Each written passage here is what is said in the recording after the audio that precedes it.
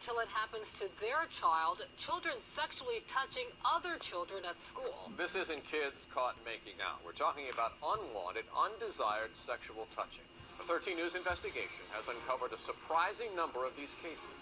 13 News reporter Karen Hopkins has been digging into this for weeks. And Karen, what have you uncovered here? Well, David, I found mistakes in how schools are reporting these serious cases, and now our research is being used to improve school safety statewide. I'm angry, obviously. Angry and appalled and heartbroken for her because she's 5 years old. I mean, this shouldn't be happening to a 5-year-old little girl. It was a phone call from her daughter's school that broke Mom Randy Kesey's heart. And they said, your daughter was assaulted today in art class. 2 little boys came up behind her and pulled down her pants and licked her butt. Kesey learned it also happened to other kids, aggressive and unwanted touching. The little girl was wearing a skirt that he crawled underneath the desk and went up between her legs and grabbed her. That news is unsettling to a number of parents. Wow, that's a shocker, really. Yet our 13 News investigation found sexual touching in schools is fairly widespread in Hampton Roads. Last year, 268 cases reported.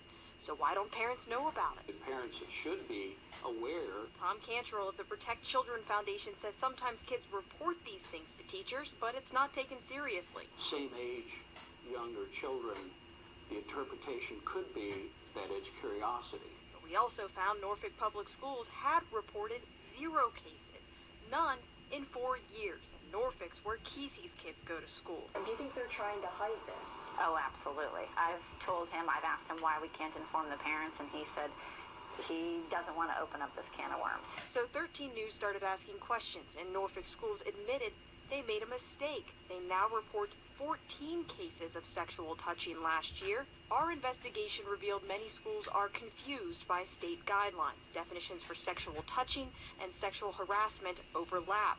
Oftentimes, schools put cases like Kesey's daughter in the wrong category.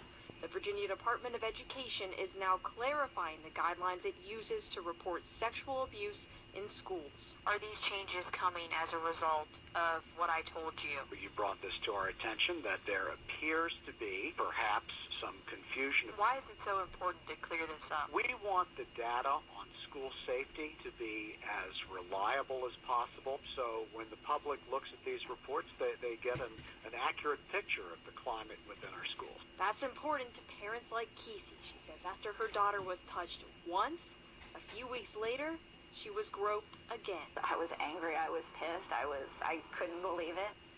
And Kesey is feeling much better tonight. I just spoke with her on the phone, and she is just thrilled to see the results of our investigation. But again, experts say it's up to you. Now you've got to talk with your kids about good and bad touching.